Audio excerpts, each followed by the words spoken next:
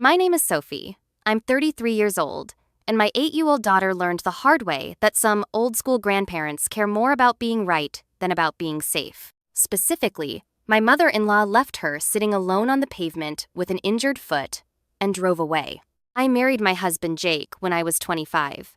We've been together almost a decade now, and we have one daughter, Emma, who is the absolute center of my world. Emma is a little shy, very sweet, more cautious than some kids. She's not made of glass, but she's not the rub some dirt on it and keep going type either.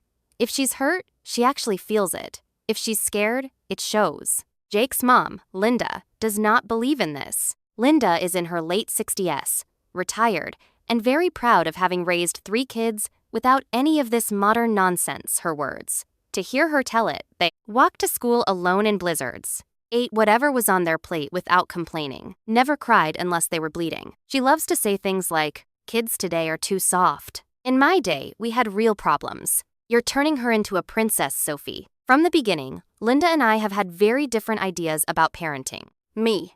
Listen to your kid. Take injuries seriously. Therapy isn't a dirty word. Hair. Tough love. They'll live. You're making a big deal out of nothing. When Emma was younger, Linda used to roll her eyes at helmets. We never wore them. Sunscreen. We just got tan. Car seats. I held my babies in my lap and they're fine. We tolerated each other. I tried to pick my battles. She tried occasionally to bite her tongue. When Emma was about 6, we had one of our first big clashes. Emma fell off a scooter, scraped her knee, and was crying pretty hard. I went to clean the cut, put some ointment and a Band-Aid on it, and Linda said, loud enough for Emma to hear, "If she's crying like this over a little scrape, how's she going to handle real life?" I pulled Linda aside later and said, "You don't get to belittle her when she's hurt.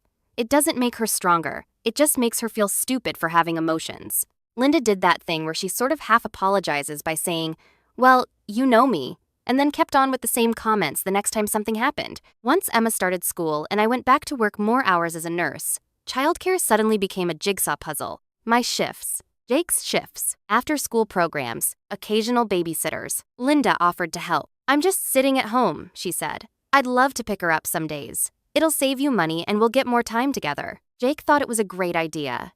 "She raised us," he said. "She can handle an afternoon with Emma." I had reservations, but financial reality is what it is. Paying for an extra 5 afternoons a month of after-school care adds up. Having Linda pick her up 1 or 2 days a week seemed like a fair compromise, as long as we had clear rules. So we set them. Always use the booster seat. No crossing busy streets without holding Emma's hand. If Emma says she's in pain, you call us. If anything happens, we hear it from you first, not through some funny story later. Linda nodded and said, "Of course. I'm not an idiot, Sophie." For a while, it was fine. She picked Emma up from school, took her to the park, brought her home, made her snacks. Emma liked getting a break from after-school care and spending time with Grandma. But even in little things, I still heard the toughen up commentary. She wouldn't climb the big slide, said it was too high. You really need to push her more. She said her ankle hurt from PE, probably just tired. I told her to walk it off. I reminded Linda again and again that kids feel pain differently. Emma's doctor had said she had slightly weaker ankles and to be cautious with twists and sprains. If she complains of pain, we take it seriously. Linda would say, "You're making her into a hypochondriac." And Jake and I would have the same argument we've had 100 times. Me, "If something happens on your mom's watch, what then?" Him, "She raised 3 of us, Soph. She's not going to kill her." I wish I could say those words didn't echo in my head later. Then came the day that changed everything. It was a Thursday. I remember because Thursdays are my long shift days. I work from 7 a.m. to 7 p.m. at the hospital. Jake had a meeting that ran late. We'd arranged for Linda to pick Emma up from school at 3, take her for ice cream, bring her home by 5:30. Simple. Around 4:15, I was on a quick break, finally getting a chance to sip lukewarm coffee when my phone rang. Unknown local number. Normally, I'd let it go to voicemail, but something in my gut told me to answer. "Hello?" I said. A woman's voice. "Hi, is this Emma's mom?" My heart stopped. "Yes," I said. "Who is this? Is Emma okay?" "This is Sarah," she said. "I'm so sorry to call you out of the blue. I'm at the strip mall on Maple Avenue. I found your daughter sitting on the pavement outside the pharmacy. She says her foot really hurts and she couldn't walk, and she didn't know where her grandma went." For a second, the whole world went fuzzy. "Is she still there? Are you with her?" I asked, already grabbing my bag. I'm sitting next to her, the woman said. She's here. She's crying a bit, but she's talking. I asked if I could call her mom and she gave me this number. Thank you, I said, breathing hard. I'm on my way. Please don't leave her alone. I won't, she said. I work at the salon here. Take your time, but her ankle looks swollen. I told my charge nurse there was a family emergency. Thankfully, she knows I don't say that lightly. She waved me off. Go, text me later. I called Jake on the way to my car. He picked up with, Hey, what's up? Emma's hurt, I said, already driving faster than I should. Some woman found her alone on the pavement at the Maple Strip Mall. Mom left her there. What? He said, instantly serious. What? She's got an injured foot and couldn't walk, and your mom apparently decided to just leave, I said, trying to keep my voice steady. I'm going there now. I'm 5 minutes away, he said. I'll meet you there.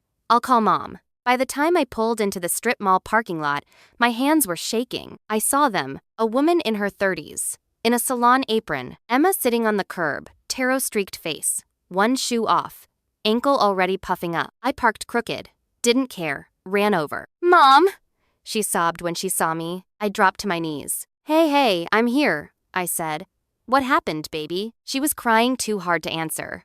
So the salon woman Sarah filled in. I came out to take a break, she said, and I saw her sitting here by herself, holding her leg, crying. I asked where her adult was, and she said, My grandma went home because I was being a baby. My stomach twisted. I looked at Emma. Did Grandma leave you here? I asked gently. Alone?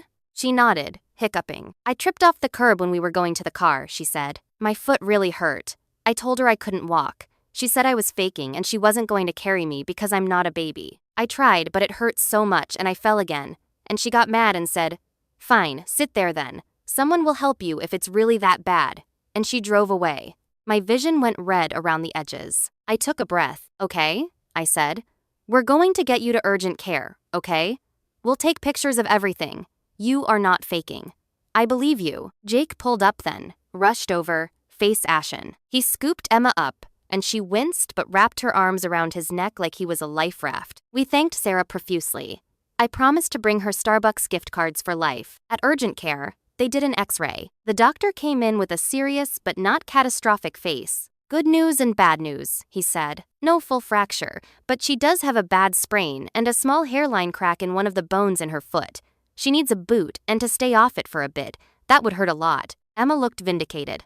I looked furious. The doctor asked how it happened. I said she tripped off a curb.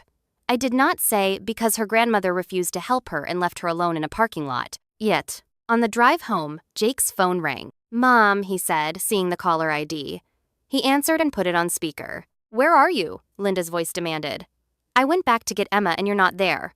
The woman at the salon said her parents came to get her. You made me look irresponsible. I nearly laughed at the irony. Jake's jaw clenched. You left my daughter sitting on the pavement with an injured foot and drove away, he said, voice dangerously calm. You are irresponsible. Oh, for God's sake, Linda said. She was being dramatic. She always does this. I told her if it really hurt, someone would help her. There are people all around. It's not like I left her in the middle of nowhere. She has a cracked bone in her foot, I said, unable to stay quiet. We just left urgent care. She couldn't walk because she was in real pain, and you called her a baby and abandoned her. Linda scoffed. I was going to circle back, she said. I just needed to teach her a lesson. Kids these days think they can cry and get carried everywhere. She is 8, Jake said. She is not a training dummy for your life lessons. You're both overreacting, she snapped. Nothing happened. You're making me out to be some kind of monster. You left my child hurt and alone in a parking lot, I said. That's not a lesson. That's neglect. Don't you dare throw around big words, she said. I raised 3 kids. You're the coddling one, not me. Jake hung up. We drove the rest of the way in tight, simmering silence while Emma dozed in the back seat, foot in a boot, empty juice box in her hand. By the time we got home, I knew one thing for sure. Linda was never going to be alone with my daughter again. I wish I could say Linda had a moment of self-reflection, realized what she'd done, and apologized. She didn't. She doubled down. The next day, she showed up at our house uninvited. I opened the door, blocking the entry. She tried to peer around me.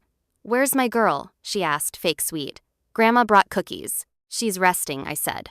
And we're talking first. She huffed and pushed past me into the hallway. Sophie, I'm not going to stand out on the porch like a stranger, she said. Jake came out of the living room, face set. Mom, he said, this isn't a social call. She crossed her arms. I can't believe you hung up on me yesterday, she said. I went back to get her. The salon woman made me look like some criminal. She chewed me out. You deserved it, I said. She found our daughter crying alone on the sidewalk with a swollen foot. Linda rolled her eyes. She was with the salon woman, she said. She wasn't alone. She was alone when you drove away, I said.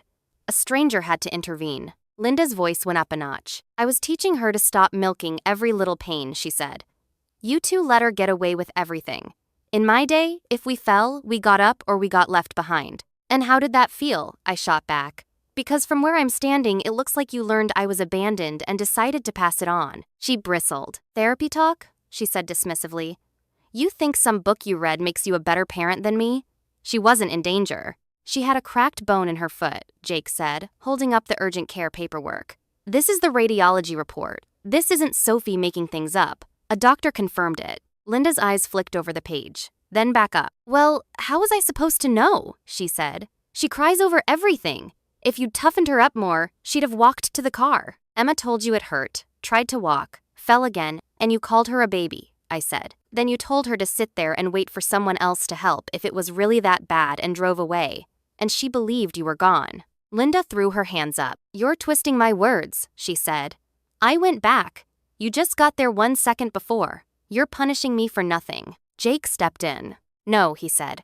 We're holding you accountable for a choice you made. You're not the victim here. That was when she shifted tactics. Suddenly, tears. All I've done is help you people, she cried. Pickups, babysitting, cooking, everything.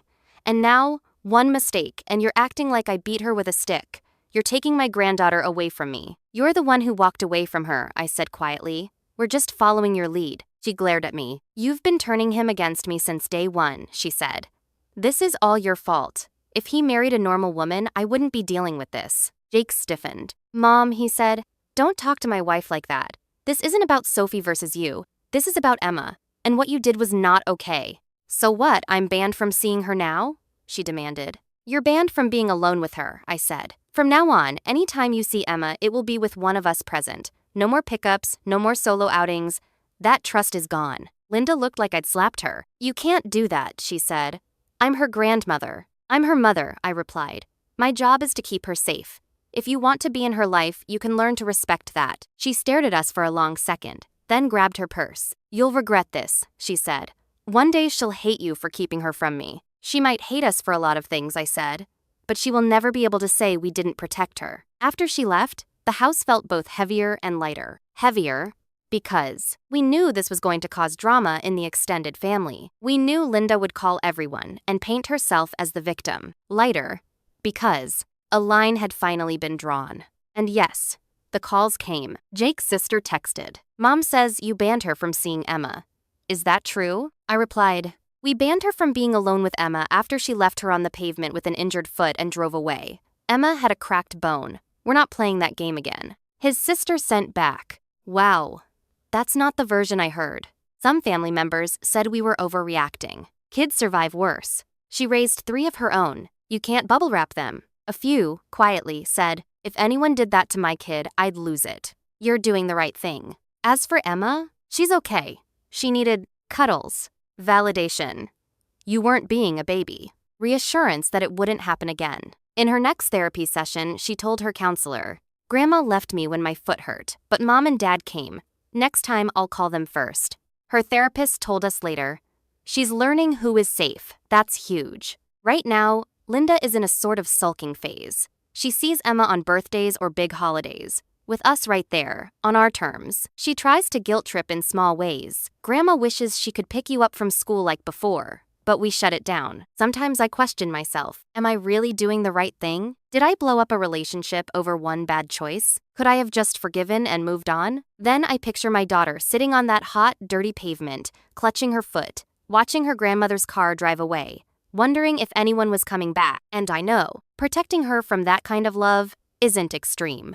It's my job. So now I'm asking you, was I wrong for cutting off my MIL from any unsupervised time with my 8-year-old after she abandoned her on the pavement with an injured foot? Should I give her another chance alone with my daughter someday?